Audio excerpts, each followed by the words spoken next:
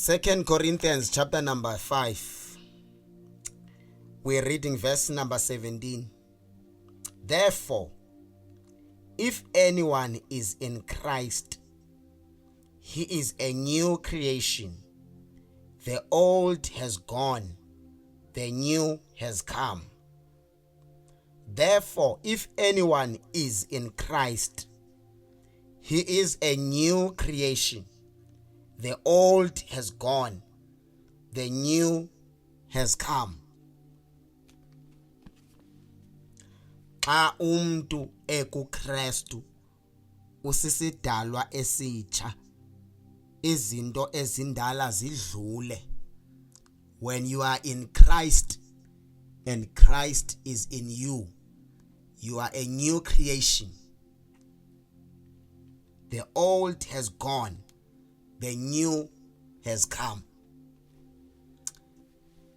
This is a very powerful scripture. Bona le verse, it's very powerful. Very powerful. Very powerful. Out of all Gamma scripture in the New Testament, 2 Corinthians chapter number 5, verse number 17 is one of the most powerful scriptures a Bible. No, Matthew chapter number 3, verse number 3, unless you are born again, you cannot enter the kingdom of God. So you must be born again. Doesn't matter how old you are. It doesn't matter ukuthi ulunge kangakanani, zange wabulala muntu, zange wajola, bakhona abantu abanjalo, abantu abaziphethe kakuhle, abantu aba-right, nabafundisiwe emakhaya nasesikolweni, batrainwa. But if you are not in Christ, you are not a new creation. You don't belong to him until you believe his word and follow him and live according to his word. Xa ukuKristu usisidalwa esitsha. It doesn't matter whether ubulipara. It doesn't matter whether ubuyiprostitute. It doesn't matter whether ubungumbulali, ubulala abantu, murderer. Doesn't matter whether ubucorrupt. Doesn't matter ubuyigangster. Doesn't matter noba ubuyintoni. No ubuli dev worship uthakatha, noba ubusisangoma, noba ubuyinyanga, noba waqalekisa abantu, wachitha imizi yabantu, wenza zonke izinto ezimbi nezinto ezirong, wabulala abantu abayi-159,000. Emveni koko, once you receive Christ, once you receive the Lord Jesus as your Lord and your Savior, ubomi bakho butshintsha immediately. Umuntu senze isono for many years, but transformation yokutshintsha komuntu yenzeka in seconds. The moment you believe or you okanye uvula inhliziyo yakho, uJesu angene ngaphakathi, because it iBhayibheli in the book of Revelation, I am at the door and I am knocking.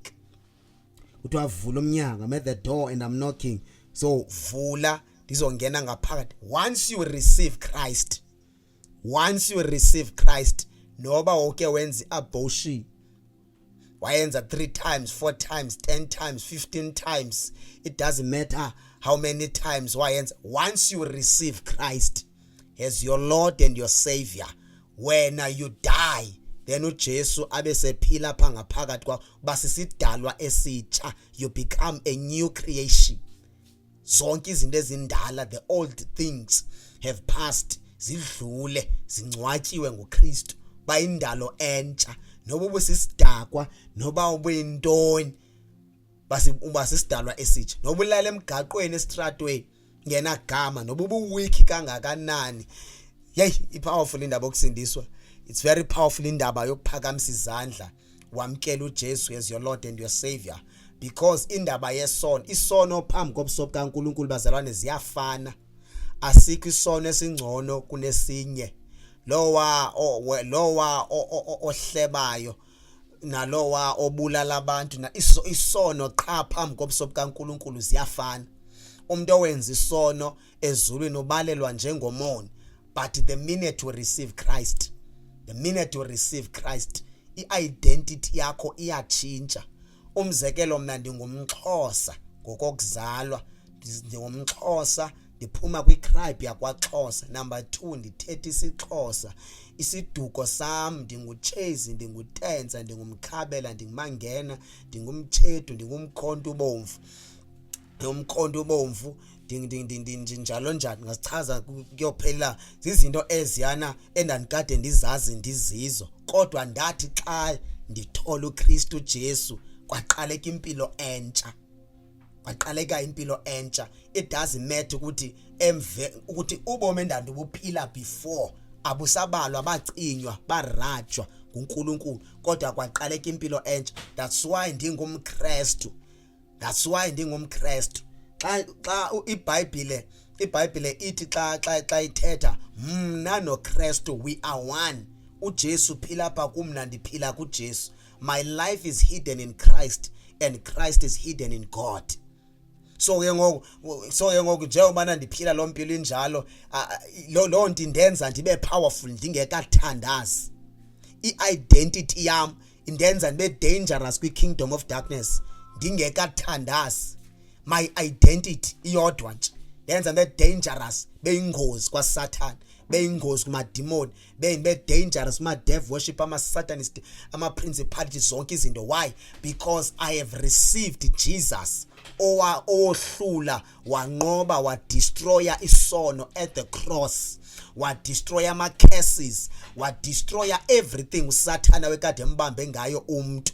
But ndathi ndakuthola uKristu, onke amademoni endikade ndiyi-victim yawo, ngawo namhlanje ndi-victimize wona amademoni, ama-devils ababendithakatha benza imistake yokuvuma ukuthi i-identity yami itshintshwe. Ungathi xa sendizikhahlela ndisabe sithi ndinguChezi, ndinguTenza, hayi ndingumKristu. Impilo endiyiphilayo ndisaphileli mna, kodwa ndiphilela lo endimrepresenta kulo mhlaba. So ke ngoku bazalwane, ama-devil worshipper, I was so weak kuma-devil worshipper, endiphuphisa into ayithandayo, endifaka izigulo emzimbeni, ama-sicknesses, ama-diseases.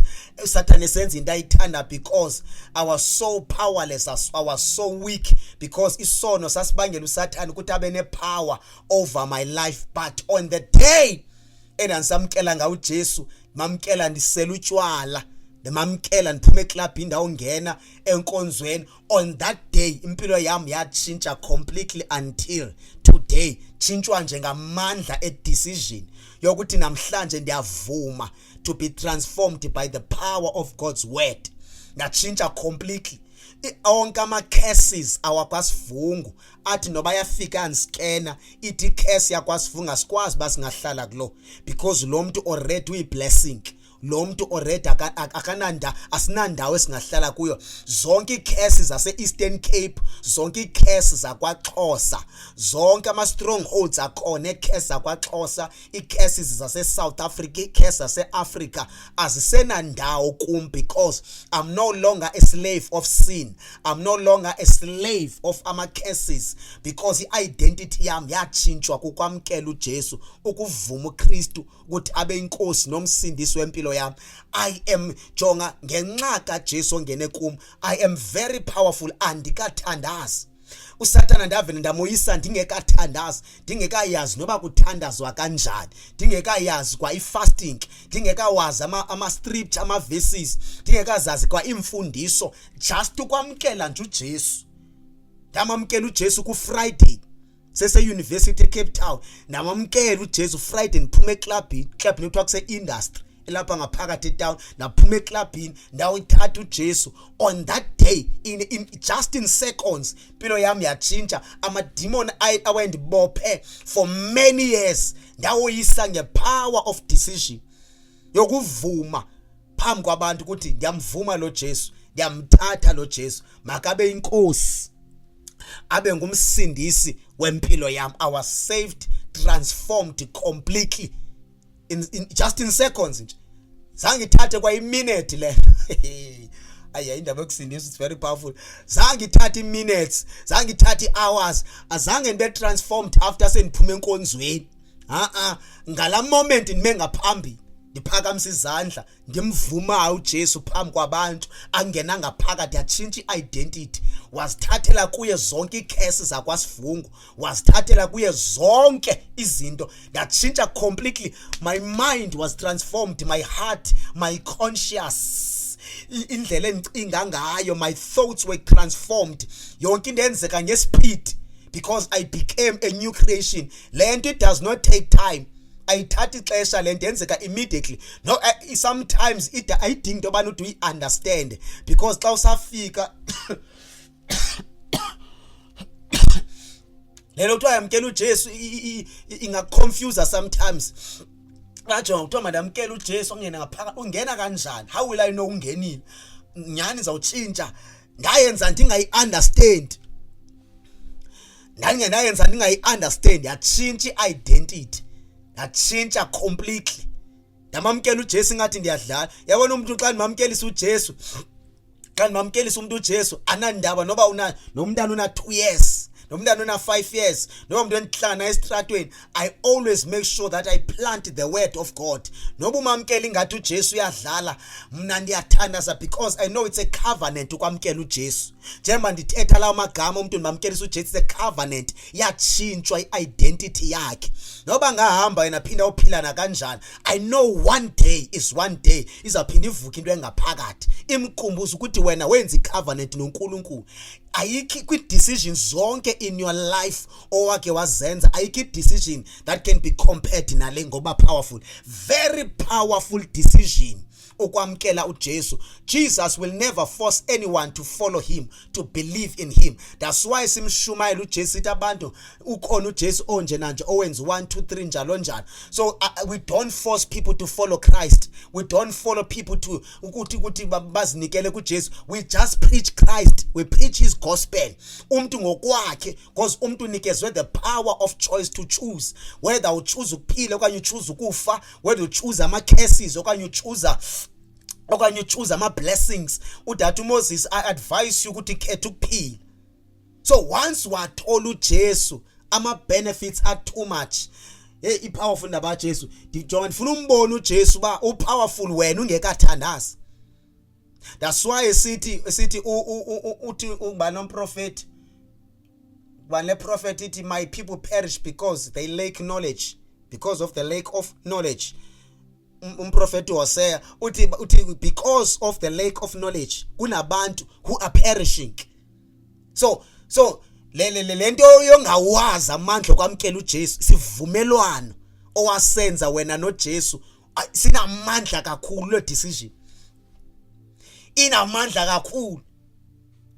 Izothi iBhayibhile ke ngoku ku chapter number 1 verse number 12 in the book of John ithi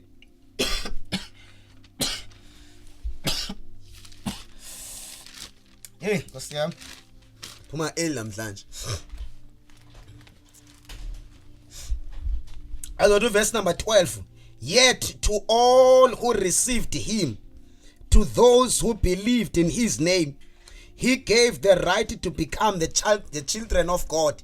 Those who believe in Christ, God gave them the right to become the children of God. Singabantwana bakaThixo. Izothi ngesixhosa banikezwe igunya, i-authority to become abantwana bakaThixo. I am the son of God. I am the child of God, and God lives in me and I live in him. We are one. Azothi Paul Colossians uzothi Jesus is the invisible is the invisible image of God. Ngamanye amagama umuntu wayethi xa ebone uKristu already umbonile uNkulunkulu. Azothi chapter number 10 kuJohn, azothi chapter number 10 John chapter number 14 verse number 10. Ndifuna wafunda lama scripture. Azothi don't you believe that I am in the Father and that the Father is in me? They are one. Once you see Christ, once wabona uJesu umbonile uThixo. That's why xa umuntu obone umzalwane umbonile uJesu, because we represent Jesus, because we are reconciled with God through Jesus Christ. Umuntu obone wena umbonile uJesu. That's why xa wenza into edisappointa abantu engahambelana nevangeli kaNkulunkulu, abantu bayaphoxeka kubazalwane, baphoxeka baba disappointed kakhulu xa umzalwane esenza into engekho right, because you represent Christ. Abantu bambonile kuwe uJesu, abazude abanye abantu bambone kwivision, abanye abazude bambone face to face uJesu, kodwa bambona apha kuthi because thina siphethe identity kaKristu. noNkulunkulu, even God xa isijonga thina ubona uJesu apha kuthi. That's why we must receive Christ. uNkulunkulu akakwazi nobana uNkulunkulu angamjonga umuntu ngenxa yesono. Isono umuntu simenza afane exactly noSatan. Isono simenza umuntu afane exactly noSatan, because isono si represent the image kaSatan, the likeness of God, devil, everything engoSatan. Sibone esonweni ama behavior omuntu, indlela behave ngayo, indlela yiyo. That's why abanye bezifakele zazinto singamaphondo, abanye bezifaka ithathu nalapha ebusweni, abanye bazigqobhoze nakwezindawo zonke izindawo. Ufonse umuntu unamazinto zakhona, indlebe yonke ibe namacici amaninzi, bajonga lo muntu lo uzama ngandlela zonke ufana noSatan, njalo njalo.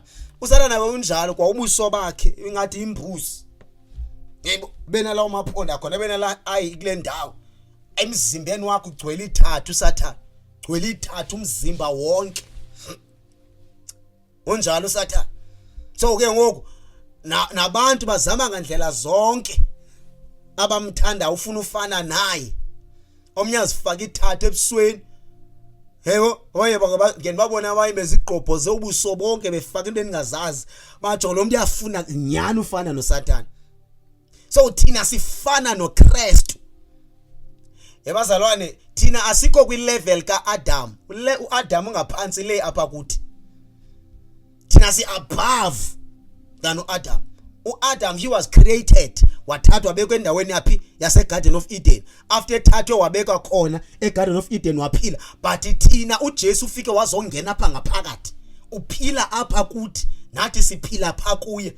Ipowerful lento lento yokuzazi.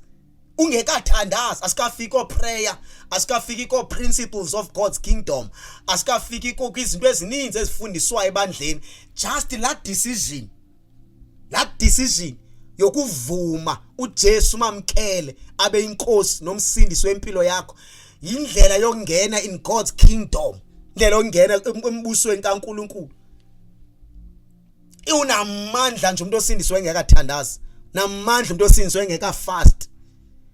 That's why when we lack knowledge, we become a victim yamademon. Imimoya idlala ngathi, amademon asithatha advantage. There are demons engamelanga wena basak attack because you lack knowledge ukuthi wena ungubani and how powerful you are. Umuntu enomamkelisa uJesu ngoku right now, umuntu enomamkelisa uJesu ngoku uzawuphuma apha powerful. Umuntu oyongena ngalamnyango ohlutshwa imimoya, ongalala ebusuku uhlutshwa imimoya, ube ngangena apha endlini ngoku ufike nimamkelisa uJesu, lo muntu uzawuphuma powerful kakhulu. Yonke imimoya ibikade imohlula already, yohlule ngedecision athe wayithatha kuthi identity yakhe itshintshwe, amkele uJesu asindise. Lo nto yodwa ipowerful. Only if ungayazi we understand ukuthi how deep it is lento kwamkela uJesu. Angathethi ngoprayer mina, angathethi ngomention igama lika Jesu, angathethi ngazo zonke ezinye, zathetha ngeidentity, ukumamkela just umthatha uJesu, umvuma beyinkosi nomsindisi wempilo yakho. Azothi uJesu in the book of Luke chapter number 10 verse number 19 uthi, I have given you authority over snakes, scorpions and all power of the enemy. Uthi ndinikeza igunya, yebo, authority engaphezulu kwamandla onke, all power of the enemy. Kubani enemy? I-enemy nguSatan and his kingdom. In other words, noba uSatan upowerful ephansi kwenyawo zami, ungaphansi kwenyawo zami, namadimoni onke ekuthiwa powerful ephansi kwenyawo zami, because uJesu has given me authority. There is a difference between authority and power. I-authority ayidingi na power, just because ndivuma uJesu already ndinegunya phezu kwemimoya. Anikalibizi igama lika Jesu. Already njengoba benikade ndingaphansi, uSathane lapha ngaphezulu. Kuthe xa kutshintsha identity, zatshintsha izinto wangaphansi uSathane aba ngaphezulu. Ndimo mephezu kwakhe. Ayisenguyo mephezu kwami, kodwa nguye ngokongaphansi. Nombuso wakhe yonke ikingdom kaSathane. All the powerful demons, nama dev worship are powerful, ama satanist onke are powerful, yonke into powerful yasemkhathini, noba intoni, noba nguSathana, inkosi ye-kingdom of darkness, inyoka zakhona, ama snakes, all powers zombuso kaSathane zi-powerful, ziphansi kwenyawo zami, ndingekathandazi because of my identity, ngenxa yomuntu endinguye. Ubaba uRamaphosa, uPresident Ramaphosa, ufuna ukubonisa ipower ye-authority, power of authority, because i-authority ine-power more than power. Ubaba uRamaphosa right now angavuka kusasa athi yes from tomorrow until Sunday athi uvala akho companies awuvula, no Shoprite zo everywhere kuvaliwe, valwe yonke indawo. Akomuntu uzo operate, akomuntu uzothini. Utata uRamaphosa because umeke i-position of authority, understand the authority yakhe njenge president, exercise authority ebekwe phezu kwakhe. His voice is his law. Xa ethethile uRamaphosa, everyone must bow down. Wonke umuntu makathobele, wonke umuntu makehle. It is the same nakuwe. Lanto okusindiswa nikezwe authority yoba ngumntwana kaThixo. Nikezwe authority over amademon. Alikho idemon elipowerful kuwe xa wamkela uJesu. In other words, weak ke uJesu. If uJesu okuwo ngohlulwa imimoya, ichaza ukuthi lonto weak uJesu. UJesu akohlulwa imimoya. Lento ingathi uJesu sohlulwa imimoya is because asina knowledge. If singathola revelation deep ukuthi uJesu ngubani, who is Jesus and how powerful he is, because Jesus is so powerful. If ufuna ubona uJesus how powerful he is, go and study the book of Matthew, Mark, Luke and John. Uzawabona amademon ayiboni identity kaJesu in the spiritual realms. Athi xa ichaza athi wena siyakwazi wena, you are the son of the living God. Athi wena sowufikele to judge us, to destroy us. Please Jesus, don't destroy us. Abu Jesu engazichazanga ukuthi ngubani, but amademon because in the realms kwela kwamoya they can see i-identity kaJesu ukuthi nanku uThixo eze ngenyawo zakhe emhlabeni, enxiba isikhumba somuntu, wearing iflesh yomuntu, uhamba ngenyawo. uJesu wayesebenzisa i-authority uNkulunkulu amnikezeni, wayeyazi i-identity yakhe, wayezazi ukuthi ungubani, engekathandazi, engekashumayeli, engekacommand imimoya, engekenzi lutho. He understood how powerful he is because of his identity. You are very powerful xa unoJesu. Ungekathandazi, une power to break curses, and as breakwa nanguwe man as curses zophulwa i-decision othe wayithatha. Hayi suka, just receiving Jesus kophuka i-curses. Idemon esingakulalisi, lama demon abangela ungalali akuthathi advantage because wena ukabi na revelation about your identity, awukabi na revelation how powerful you are before umthandazo, because abanye baleqa uyo faster, abanye baleqa uyo thandaza kodwa bengekazazi ukuthi bona bangobani. We invest a lot of time studying abanye abantu. Nangoku abantu ngeke babone debate ku social media, be debate ngehistory ka King Shaka, banye ba debate ngehistory ka Mandela, banye ba debate ngehistory kabani. Ubona umuntu yamchaza, amchaze uMandela wazalwa endaweni ethile, njalo umchaza noShaka. But xa sithi tell us about your identity, base bawazi lutho ngawe, uinveste a lot of time ustudisha ngabanye abantu, but zange wa investor in yourself. Abuzostadisha nge-identity yakho ukuthi ungubani, ukuthi wena xa ukuKristu, lento yoba kuJesu am a new creation, what does it mean? Lento yoba ndinikezwe authority above onke amademon, it doesn't mean awazi uzo-attacker, but what does it mean ukuthi aphansi kwenyawo zami? Njani ezinto bezingihlukumeza ndingalali ngiphila kabuhlungu, sene-authority engaka, sendine-power engaka. How much more xa uthandaza? How much more xa ungena i-fasting? How much more when you call upon the name of Jesus and commands and spirits? How much more? So let it depend on knowledge. With knowledge onayo about uKristu. Mna bazalwane, I'll be honest. Indlela mina ngistudisha ngayo iBhayibheli, ngistudisha in topics. Uba if umzekelo let's say maybe this week or maybe this month ndifunde about fasting. eBhayibhelini from Genesis to Revelation zawajonga onke ama scripture athetha ngefasting and study deep about fasting. Emvekoko onke lawo ma scripture ndiwabhale phansi kwi-diary because ndistudisha nge-topic and go under pressure. Yebo, it doesn't matter bekushunyelwe ngantoni enkonzweni, ndiyayibamba laa nto ibishunyelwa phaya enkonzweni ndoyipractice kodwa anikasuki kwi-topic endifunda ngayo about fasting until I finish indaba ye-fasting. Mase ba ndine-knowledge deep about fasting, then yaphila kwi-knowledge, yaphila in my heart, in my spirit. Mase ba ndiyibambile nama-scripture about fasting, ndiyawazi onke. Xa ndistudish about, mase ba ndidlule kwi-fasting, now ndistudish about prayer, then ndistudish about prayer, onke ama-scripture athetha ngeprayer eBhayibhelini from Genesis to Revelation, the power of prayer, dimensions zomthandazo, indlela zonke zokuthandaza, ndidlule up until ndi-understand. Oh dear Lord, then nange-identity ndihambe ndiyongiqala from Genesis to Revelation where I study about the identity yokuthi now that ndisindisiwe, it is my responsibility to work out my own salvation.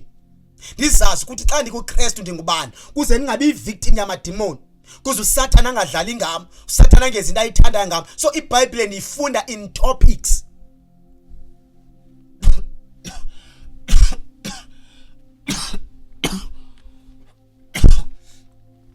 Yo bazalwane, it's very powerful ukuzazi. Very powerful and ukuzazi ukuthi ungubani. It's very powerful, very powerful. Very powerful. Uyazi ukuthi your presence is the presence of God because you are carrying God. Your presence is the presence of God because you are carrying God. I-presence kaNkulunkulu sometimes manje udenti sometimes xa understand indaba ye-covenant xa understand indaba ye-covenant yakho nokwamkela kwakho uJesu, uzazi ukuthi now ndikuKristu, ndisindisiwe, ndigcina i-relationship yami nomoya ongcwele futhi ne-knowledge ukuthi ndiyazazi bani ngibani. Uyazazi apho uhamba khona, I'm carrying his presence, I'm carrying his glory, carrying his holiness, carrying his word, his authority. And andisaphila impilo ye-fear. I am bold and fearless. Why? Because God lives in me and I live in him. Kunama scripture eBhayibhelini mazalwane siyathanda uquote but asina deeper knowledge ngawo. Kuthiwe umkhulu ongakimi kunalo osezweni. In other words, alikho idemon elingandohlula. There is no demon elingohlula mna if ndiya understand ukuthi ndingubani xa ndikuKristu. Izothi iBhayibheli eRoma kuthiwa uthando asithande ngalo too much, kuthiwa ayikho into engasohlukanisa nothando lwakhe. Kuthiwa ngamademon, kuthiwa zi-attack, kuthiwa kukufa, asibale zonke uPaul kuthiwa there is nothing engasohlukanisa nendlela uThixo asithanda ngayo. When you know your identity, apho uThixo abe proud, ashaya isifuba athi this is my son. Ezulwini anisabonwa njengomuntu nje but sendibonwa njenge-son of God, anisabonwa njengomoni ezulwini, bonwa ndibonwa njengonyana kaThixo, the son of the living God. Nazalwa kabutsha. uJesu xa uNkulunkulu xa enjonga ubona uKristu apha kum. Nami xa ndizijonga xa ndifuna uzibona ukuthi ndinjani, I must look at Christ. Ndizibone ukuthi ndifana noKristu. Upowerful umuntu osindiswe bazalwane. Kumhlaba wonke akekho umuntu onocomparison nomuntu osindiswe ngepower. Nosindiswe upowerful kakhulu. Andikathethi mina ngama miracles, wonders, exercise ipower neauthority. Andikathethi exercise ezo zinto ezo. Sathetha ngedecision. Decision yokuvuma ukwamkela uJesu yokusindiswa namandla lonto. Namandla confidence obanayo. Nobukathi ngena confidence bane confidence. Noba ngumuntu obukathi uhlutshwa ifear yaphela ifear. Ba ngumuntu bold and fearless, ba ngumuntu strong. Bangathi lisiyamazi weak lo muntu. Indlela weak ngawo why se bold kanjena? It's because you know who you are. Uyazazi ukuthi ungubani. Yawazi amandla ahlela pha kuwe. You know the power of salvation. That's why ke bazalwane xa sishumayela. That's why xa sishumayela the gospel. I-gospel intonsi good news. Because abantu bonke abantu abasindiswa abazalwane I want to be honest to you, bonke basejele, they are in jail, prisoners.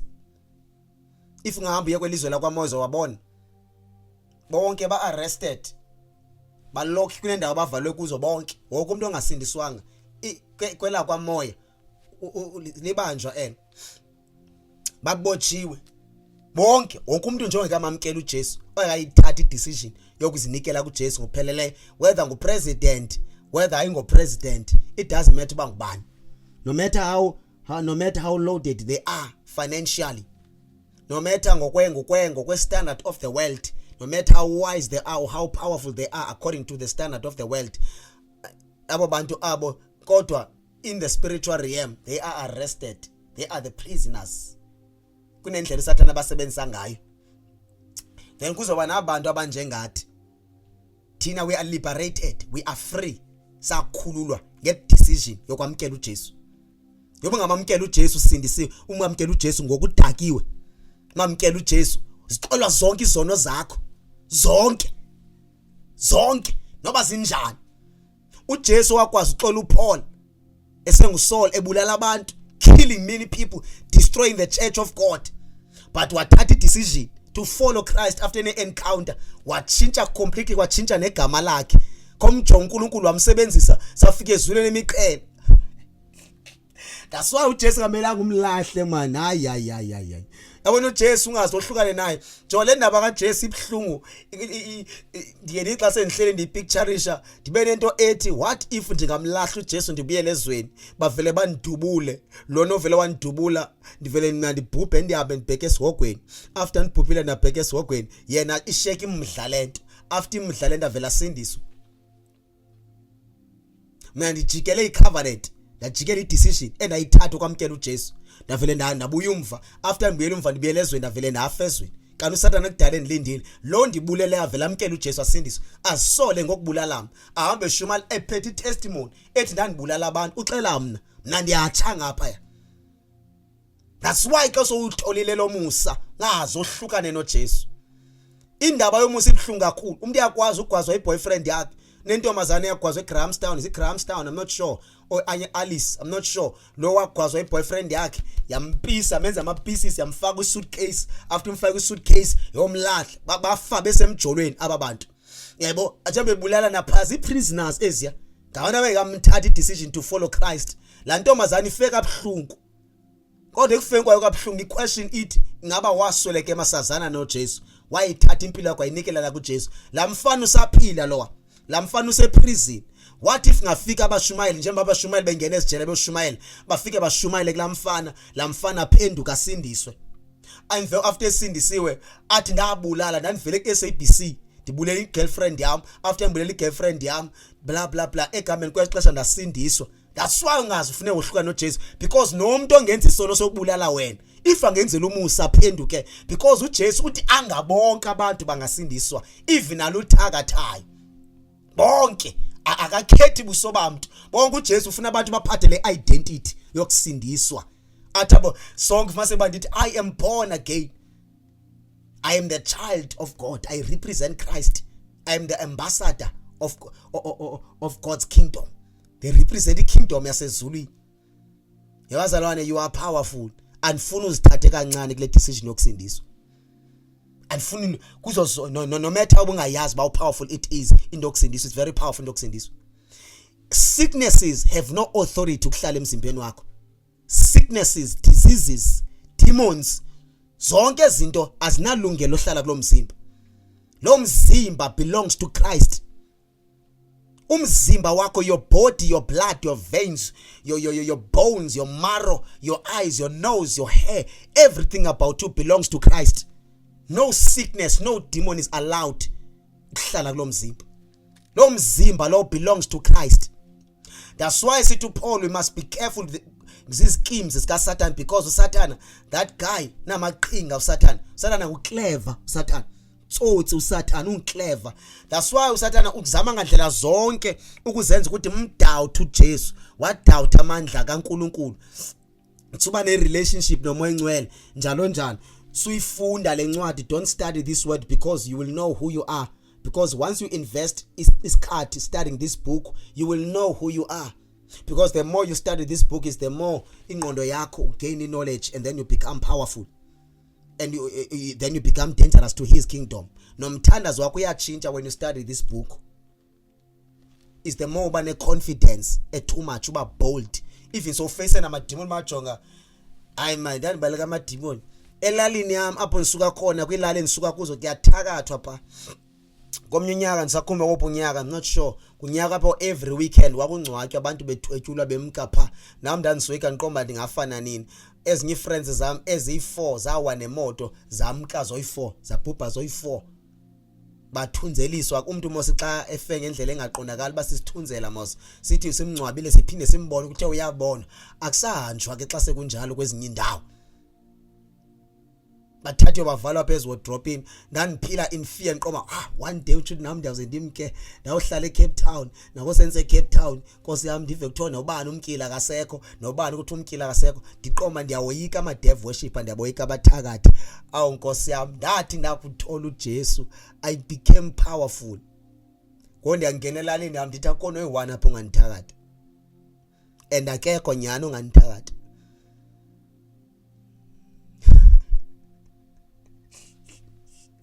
Ayo pride omizade hayi pride. Ayo pride is because I know who I am. Kunamandla ukuzazi ukuthi ngubani. Bonke abakade elalini yami besenze into abayithandayo kwezalali bethakatha besithini bengicinezela bengiqine ebusuku bengikhwitsha zonke izinto abezenza. Ngoku ndimi ngoku over ohlupha bona. Sengena kulala ndithi ngiyangena kulelala wonke umuntu othakatha apho uyatsha. Ndithanda uzude ndithanda sente ndibile bemanzi ndijuluke ndinyuke nisehla uba uyathakatha umuntu kulelali ngenxaba kusizama naqha uyatsha lo ndawo akuyo noba usemzini wakhe noba uphumile emzimbeni waya kwela kwamoya lo ndawo akuyo uba umuntu okhoyo kulelali qha uyathakatha ngoku nje ngokunyathela kwami because kufike the son of God. Ufike umuntu ophethe identity yasezulwini, ufike umuntu ogityelwe nguKristu. Xa benjonga Jesu mababone wena. Nangoku abantu they respect me. Ihloba ni respecta ngalo sometimes ayenzi sense because I'm still young. Andinawo nomzimba, andinamoto, andinamali, andinazo zonke izinto ezibenza abantu bakurespect. But the minute benjoga umuntu vela xako noba makathini ndisenze ithi molo unjani ndimncokole sibone umuntu confused ba famba ncokole kanjani nami masoba ndim ke uzozama ubreaker lonto leyo ba ntonto nisafose kuba ndifuna at least abe free. Bajo kunendlela ngoku abandibona ngayo abasandiboni ngohlobo kade benibona ngalo before. Why i-identity yami yatshintshwa? Nsenguye lamntu endathi nguye before ngenxa kaJesu. Ngenxa kaJesu noba sekuthiwa ke iSouth Africa okanye umhlaba ibethwa ngama cases ama plagues ngoba kufika iCoronavirus. I was never shaken by coronavirus because I know my identity. Ndandiyazi ukuthi ingafika ihlale phi iCoronavirus in my body because this body belongs to Christ. Yilo nenda question bana lento ingahlala kanjani kumzimba wami because lo mzimba isingo wami ngokaKristu. Ndatshintsha identity wajoina Jesu wathi abakuwe i-powerful nokusindiswa yathi abakuwe those who live in you uthi banokuphila okungunaphakade. Ndiphila nje ndiphila ngona ndiphila ndithola ubomi obunaphakade noba ndingafa ndihamba ndibheke ezulwini noba ndiyaphila kwinzuzo. Imnandi lento yokusindiswa, inamandla lento yokusindiswa. Iyaphela nto zami usoyika abathakatha usheke ubani hey kuyathakathwa pha ukho wena umuntu omlilo umuntu wamandla. Umuntu wamandla amandla abuzwa apha kuwe. Xa sithetha nje ngamandla bazana amandla abuzwa apha kuthi. Andithethi ngopastor, andikathethi ngetitle mina, andikathethi ngetitle ba pastor, apostle, prophet, andikathethi ngezo zinto ezo mina. Sathetha ngomuntu mina othathe inkosi uJesu wamamkela. But how powerful it is lo muntu. Umuntu ozofika nyathela umhlaba waqalekiswa, umhlaba onama cases, but unyathelo ngumuntu owamkele uJesu. I-identity yakhe emchaza ukuthi lo muntu ngumuntu wasezulwini, ngumuntu ohamba ngeauthority. Ngumuntu ohamba ngeauthority. Xa unyathela kulo ndawo you break all the cases. Kule ndawo enothi xa uhamba kuzo kudilika amademoni, kuwa imimoya kophuka icases. Wena uyazi lonto. kodwa into eyenzeka every day kunendawo ohamba kuzo. Then indlela abazama ukuprovoke ngayo baya ku-challenge in your mind. That's why they send arrows, ama-attacks in your mind to doubt the power of your identity, to doubt the power of God's kingdom, to doubt the power of God's word, to doubt the power of God's name. Udoubt yonke into because bayabona ukuthi lo muntu dangerous. Ngoba wena uzazi ba dangerous ngokwamkela uJesu. Sokwazisa namhlanje you are very dangerous.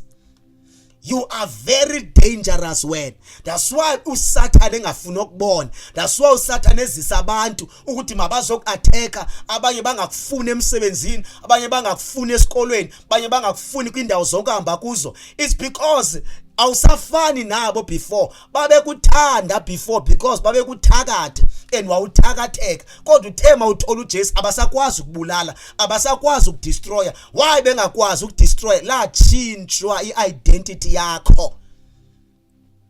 Mina ngiseko proud oba umXhosa. Hayi ngaba ndazinto. Be proud. Xhosa mina kwaze wathi wacima. What? Mina ndi proud ngoba uKristu. Mina ndayeka kudala uinvesta kwinto zakwaXhosa. Lobana ndiphande deep ngoba uXhosa bla bla ansekho lost kalongo ngoku. Sendiyazazi ukuthi ndingubani.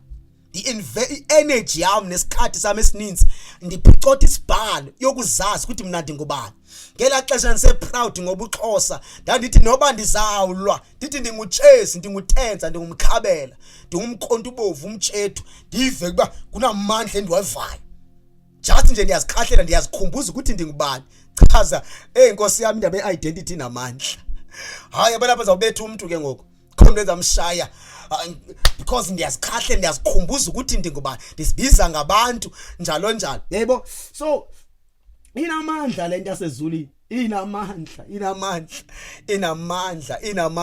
Inamandla. Boy notice when powerful kanjani lento. Jonga, ufuna ukubonisa powerful kanjani lento. Ifana nomuntu oyindoda, umuntu oyindoda ecena anger ezoshaya abantu engacontroleki. Ngomshayeli bombiza ngeziduko zakhe. Uthi Chase, yini Chase? Sorry Chase. Yini mkhabela, yini mkhonto ubomvu, yini mtshethu. Bomnotice nobe neengwe yehla. Why nimchaza ngeidentity yakhe? Khaw invest. Yabona namhlanje okunika itopic namhlanje. I'm here to give you a topic namhlanje. Go and study your identity. Now that you are a new creation in Christ, I need you to invest a lot of time.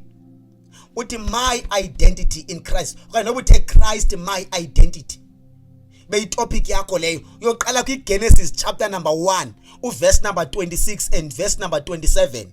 Apha ethi iBhayibhile, let us create a man in our own image and our own likeness. I am carrying God's image. God's likeness, the way I live. As scriptures, this scripture exposed by une revelation deep. Yes, as scripture sisodwa. As to verse number 28, you have been given dominion. Zezinto uSathane wafike wazithatha kuAdam, the keys, i-identity and everything. uAdam walahlekelwa kuko konke, kodwa uJesu wabuyisa zonke ezo zinto esiphambanweni. On the cross wabuyisa yonke lonto uJesu kwi-cross. That's why kuthiwa if you are in Christ, you are a new creation. Above wena kuno Adam. Above kuno Adam because uNkulunkulu umdali wezulu nomhlaba uphila kuwe. Uhlala pha kuwe. Uphila pha kudla ubomi ngawe. Umdali wezulu nomhlaba, lo muntu owadala izulu, isibhakabhaka, ilanga, lo muntu owadala ulwandle and everything, uphila apha kuwe ngoku. Khawuhambe yo investor, ustadishe noNkulunkulu, umazi ukuthi how powerful your God is. Once you know how powerful your God is, you will know how powerful you are after umamkela uJesu, after selenhlele enhlizweni yakho. You will never be shaken. There is nothing that can shake you. No diseases, no curses, no plagues, nothing, no curses. If I end up talking about curses, I'm not scared of curses. You cannot curse what is blessed. I curse in a place when already ngokwamkela uJesu it's a number one blessing engasoze iqalekiswe umuntu. Noma abantu bangama ebusuku bathi I curse you no matter how old they are, anikwazi baningaqaliseke isebenze kum curse. Why? Because I'm God's blessing. The carry blessing kamdali wezulu nomhlaba ayisebenzi kum curse because of my identity. Ithi noba yeza curse xa ifika curse ifika establish identity. Izothi identity you cannot curse what is blessed. Ku respond identity kwi curse ayikuba mina ngiqalekiswa. Bayathetha abantu apha nakule ndawo ndikuyo abathakathi bale ndawo nabantu abangafune ukuphazamiseka into zabo kule ndawo endikuyo surely bayalwa bayazirelease cases bayaya kuma altar kodwa zisebenze ezo zinto. Impilo yaqhubeka kubheka phambili qha instead ndimo ne power to destroy them because I understand my identity. Ukuzazi ukuthi ngubani it's very powerful. Yebazalwana jonga manje indaba ye-identity namandla le. Siyamazi umprofeti uElijah. Umprofeti uElijah for 3 years and a half ithi iBhayibheli wayethandaza. Wayekwi seclusion. Njebe kwi seclusion wavala imvula wasebenzisa iauthority lungelo lakhe his right authority kuye wathi there will be no rain here. Wayivala until iphinde ibe ndimo zothi mayinethi imvula. Wahamba for 3 years, kula 3 years wayefellowship noNkulunkulu. Wayethandaza sure wayemane faster. Uthexa ebuya la 3 days and a half kuthiwa wabulala wachallenge i-false prophets zikaBhali nezikaJezebel. Kuthiwa wazi destroyer zonke yedwa. One prophet killed 450 prophets. Uthesele kunjalo wazotha uJezebel. Ngubani owenze lento? Kodwa nguElijah. Elijah has killed a prophet zikaJezebel. Kuthiwa wathi wathetha amazwi uJezebel wathi izani naye I'm gonna kill him. Wabaleka umprofeti.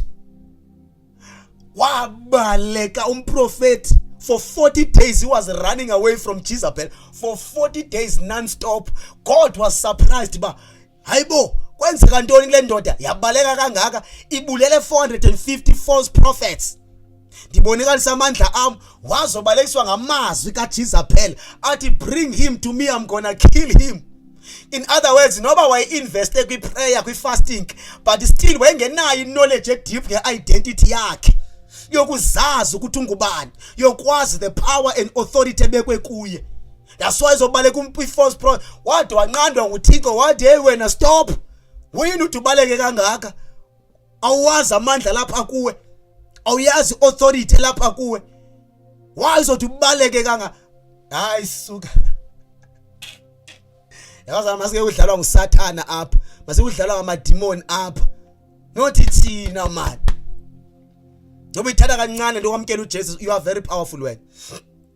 Ndifuna ungena emsebenzini ngeconfidence noba bemsebenzini nguwe oyena umuntu quiet kakhulu emsebenzini nguwe mhlambi emsebenzini ngumuntu onje emsebenzini you are always quiet.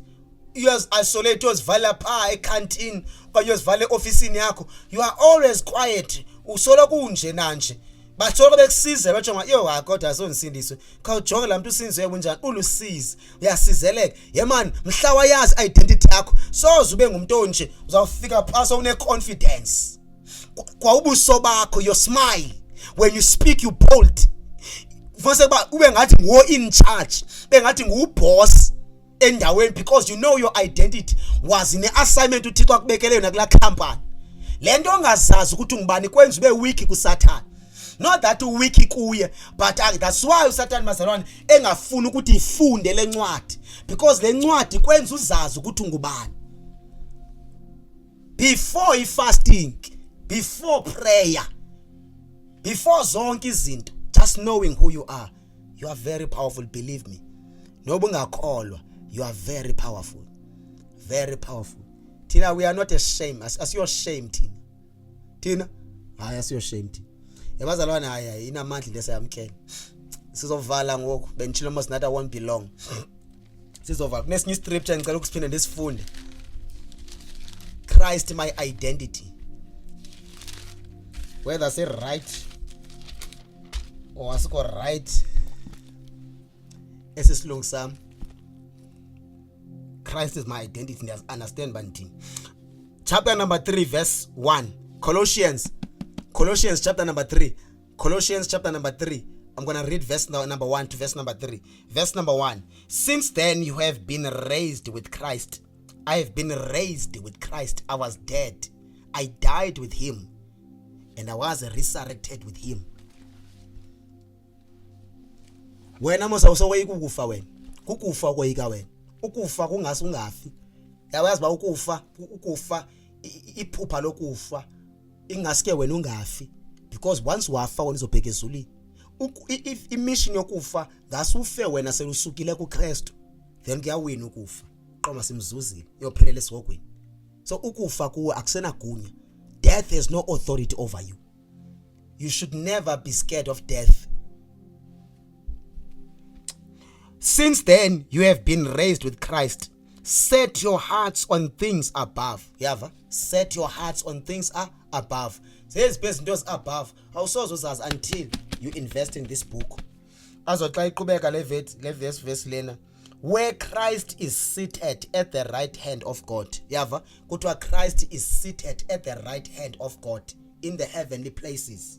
Azothi verse number 2. Set your minds on things above, not on earthly things. Ndiyamthanda ku verse number 3. Bambo verse number 3. Go to verse number 3. For you died. You died. For you died, and your life is now hidden with Christ in God. Oh, verse number 3 is very powerful. You died. You died. When you receive Christ, you die. Uyafa wena neyakho identity. Lani babe ndinguChezi, ndingusivungu, ndinala pride, ndingumXhosa, ndintonto, zonke eza pride. Once I receive Christ, I die completely. I no longer exist. I die. In the phileo does not breathe, does not move, does not speak. Iyangcwatywa, we bury it. In the phileo, you died. On the day you receive Christ, on the day we sense a covenant with Christ, you died. Then wathathwa wabe sowuvuka noKristu. Wathathwa wena. Your life is hidden in Christ, and Christ is hidden in God in the heavenly places. And Christ uhleli on the right hand of God ezulwini. Kodwa uKristu uphila apha emhlabeni, ephila apha kum. Mna ndithathiwe ndawufihlwa kuye uKristu. Imystery nje lento. Into unzima ko explain. Mna noKristu we are one. Indlela endiphila ngayo yatshintsha completely because kwaqala kwatshintsha identity. I am hidden in Christ. Amademon ayithola kanjani access yozofika kum? Ayenza njani chance? Afika kanjani kum because my life is hidden in him. That's why uSathana angamelanga umnikeza indlela angangena ngayo kuwe. That's why uSathana ezojonga ukubana ndingangena kanjani kuye because your life is hidden in Christ and Christ lives in you. Then uSathana uyajonga uba ndingangena kanjani ukuze ndim-attack your mind. Knowledge, that's why knowledge is power. Xa ifika ingqondo yakho fumanise kuba your mind is empty. There are no scriptures ezikunika knowledge yokuzazi ukuthi ungubani. That's why your mind funeka you must have ingqondo ekingdom. Ube umuntu kingdom minded. That's why First Corinthians chapter number 2 verse number 16. Is it chapter number 2 or chapter number 16? I'm not chapter number 2 or chapter number 3. First Corinthians to verse number 16. We have the mind of Christ. What is the mind of Christ? The mind of Christ is his word. That's why you must saturate your mind with God's word.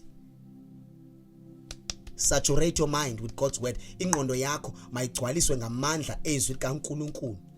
IBhayibhile wena ekudala uyifunda, wena ekudala wayifunda iBhayibhile ifunde in topics. Bane topic ofunda ngayo. Thank you so much Sis Belinda. Ngathi renew your mind. Utsho no Paul Rome chapter number 12 verse number 2 pa. Uthi your mind must be renewed. What indone ezothi renew your mind? It's God's word. The more you study the word of God, is the more your mind will be transformed, will be renewed. Indlela ocabanga nocinga ngayo will be transformed before you pray, before uye kwi-fasting. Jo kunabantu umuntu aze kum, yo mfundisi kuyabheda. Kunomnyusisi wake waza kuma ekhala. Yo mfundisi ama demon this and that. Since uthi yes, ndavuna mchaza ukuthi intoni insindiso. Ndavuna mchaza ukuthi intoni insindiso. Yena ungqamela ufasta, ujahela ufasta. Yabo because one diva nishumayela ngefasting. ujahela ufast fundisa bani ngene 7 days fasting ngatshintsha lento ingangatshintshi zongena ifasting sikole izinto esike singatshintshi ngexesha ukufasting kanti ushayika kwiknowledge ingqondo empty yebo yena ungamela ufasta bangangena 7 days fasting lento umfundisi ingathi ilunge ndithi wo before starting fasting before starting prayer asiqale sikuchaza ukuthi wena ungubani before sike kwezinto wena othembe zona because ungakwazi ufast ube disappointed ingenzeki into selu fasting ungathandaza kusuke kube worse make sichaze identity yokuthi wena ungubani ngamchazela ngeidentity yakhe after nimchazele ngeidentity yakhe wavela waba delivered completely after ba delivered completely wayenkonzweni akhonza kuyo wafike wafakaza xa igqibo ufakaza enkonzweni ibandla lakhuza lonke lwathi lento ikuhluphayo lento ihlupha nathi after emveni koko wabe sesithi hey bebuza abanye uncedakale kanjani uthi kulomfundisi enambona ku Facebook after umbone ku Facebook nathatha number yakhe ndathetha safonelana uthi ke ngoku bazothi abanye siyamdinga lo mfundisi makaze nakuthi emveni koko mina ndathetha nabo over the phone zange ndaya noya kwelo bandla ndathetha over the phone ndibachazela xa umuntu ekuChrist what does it mean and aveza uChrist ukuthi who is Jesus Christ noba ke asikathethi ngeidentity but you have to picture Jesus ungambone small uJesu that's why uba nama options because kwa uJesu umbone small umbone as a small boy uNkulunkulu umlinganisa no Thixo babantu umlinganisa no Thixo okhonzwa ngabanye uNkulunkulu umlinganisa no Satan uNkulunkulu zange walwa no Satan uNkulunkulu akanazi isikhathi sokubesilwa no Satan u release angels because uSatan wa creator uLucifer wa creator nguNkulunkulu do you think uNkulunkulu nazi isikhathi sobelwa no Satan uvela athi ingelosi edila nabantu ezulwini chapter number 12 is chapter number 12 or chapter number 7 in the book of Revelation chapter number 12 ithi Bible part there was war in heaven while there was war in heaven utho ithi Bible xa ithetha kwavele uNkulunkulu kwathunyelwa abantu uMichael ukuthi uMichael makadile nabantu noSathana nezithunywa zakhe akasabe sixayisa uNkulunkulu ngento abawulwa noSathana wa release angels adila noSathana zamdestroya ngegazi lemvana nangezwi lobunqini bamdestroy bamgqiba uSathana uDaniel kwifasting yakhe zangaze ngokwakhe uNkulunkulu wathumela ingelosi zafika ingelosi adila nemademoni yabona uNkulunkulu akanazi ixesha abedila noSathana because the devil is a small boy to God very small boy akalolu uSathana emncinci nakho ingelosi kwiangels oMichael yakwazi udila nombuso kaSathana how much more uNkulunkulu ophila kuthi wasinikeza iauthority because thina si above than angels kodwa iangels yamohlula uSathana ziyawohlula umbuso kaSathana ziyawohlula amademon and thina si above i-powerful indaba ye-identity no Jesu study God's word uzawumazi ba how powerful God is uzambona uThixo powerful kangakanani uNkulunkulu wavula ulwandle luvalekile lavuleka ulwandle bawela abantu umfula iJordan uvalekile wavuleka uJoshua command ilanga wathi wena langa you will not move until I win this war because no understand identity yakhe neauthority ebekwe phezu kwakhe zezinto efuneka uzazi ngawe invest a lot studying God's word gqibile bazana uShimayela yo yabona kwendaba ze-identity jonga ndifuna jonga ndizongena Joel verse sithi I am the light of the world. I mean come on mna oyena umuntu okwaba weak vekuthiwa you are kuthi uNkulunkulu akutsho president womhlaba akutsho umuntu onegazi nenyama njengami God says you are my son you are my child you represent me you represent my kingdom abantu abangandazi bazanibona apha kuwe you are the light of the world. The world is in darkness. Xa befuna ubona ilight, they will see my light in you. You are carrying my glory. You are my prophet. You are my teacher. Oh, hayi sinama. Umlilo kaNkulunkulu uphila apha kum because uNkulunkulu ngumlilo. Sukela nini uthi xa engenamlilo? Uphila apha kum. Then ke ngoku Libese after bese ngena ifasting. Ngena ifasting imithandazo. Obiza igama lika Jesu. Sekuweske ngusendiyamvandelize uSathana. Mshiye paralyzed. Ndisathi baba egameni lika Jesu. Yava? alusathana amba nomdisturb angathandazi kokonakala zathe baba egameni likaJesu yonke into onakala wonke umbuso because akuthandaza umuntu nje kuthandaza the child of God, the son of God, umuntu one-understanding ye-identity yakhe, one-deeper revelation yalo muntu athandaza kuye. Ndisathi baba kwa indlela endimclaima ngayo, baba yabona biza utata wami ohlele enkazimulweni oyemphethe inkazimulo, usathana shake amadimoni abathakathi zonke into zobumnyama shake, because I'm calling upon my Father. Ndithi in the name of Jesus Christ. Xa nditsho njalo yonke izinto zikaSathane emadolweni njema nishumela mbisi igama likaJesu, yonke into kaSathane ngondithetha isemadolweni. Loo nto ndiyithetha ndine faith, ndiyithetha ngeauthority, ndine knowledge yokwazi ukuthi izwi lithi xa sibiza igama likaJesu, they bow down and confess with their mouth that Jesus is the Lord. Igama likaJesu libizwa nasemkhathini, kwi-meeting nakwi-parliament ezakhona abalibizi because li-powerful, li-dangerous in the name of Jesus. Andikatsho uba ndisathe nje baba in the name of Jesus. How much more xa ndithi I destroy the kingdom of darkness in the name of Jesus. All the departments in the kingdom of darkness, I destroy them all. Noba se-America, noba se-China, noba ziphezulu esibhakabhakeni, noba ziphansi komhlaba, noba ziphansi kwamanzi, noba sehlathini, noba se-Cape Town, noba se-Johannesburg, in the name of Jesus, a name that is above all other names, the name that is anointed, igama eline-authority, igama elingumlilo. In the name of Jesus, I destroy the kingdom of darkness. Apho akhoyo uSathana ndibasa umlilo uyatsha, ezindlebeni zikaSathana ndifaka umlilo, ezimpumlweni zakhe ndifaka umlilo, emehlweni wakhe ndifaka umlilo, emaphondweni akhe ndiyawaqhawula, ndimqhawula umqala uSathana, ndiphethe inkemba. Yenzeka yonke loo nto spiritual, nam ndiyayibona ngeso le-faith.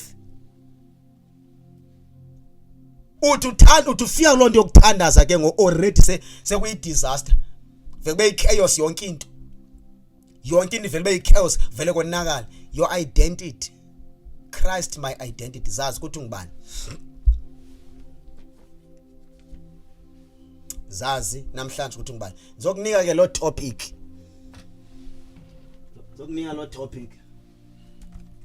yabona le diary yalibhale kudala sasandosindiswa le, lena sasandosindiswa le, yebo nabo who am I, okay who is God, ungubani uThixo. Damdescribe wonke uNkulunkulu, damdescribe ngokwe-scripture nokwe-revelation umoya ongcwele anika zona kwi-scripture, nazibhala zonke izinto. When I say God is my Father, laa nto andisayithethi out of i-doubt, ndiyithetha ndi-sure, ndingayidoubt ukuthi God is my Father. Ndiyithetha ndi-proud, ndi-sure that God is my Father. Number 2, after ndimchazile uNkulunkulu, yabe sendingena phaa nachaza who am I to God, mna ndingubani kuye. After ndazichaza ndonke, yadlulela kwezinye ipage. Le ncwadi le diary, it's all about identity le diary yonke le, it's all about identity, echaza mina ukuthi ndingubani kuye, and loo nto yaphila apha kum, yaphila andisesabi lutho. Kunezinto ezivezi ndithi kuba kukho mna le nto ayizukwenzeka.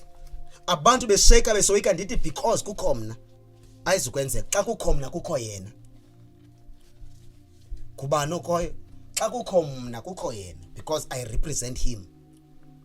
Cela sibonge uNkulunkulu for this message in the name of Jesus.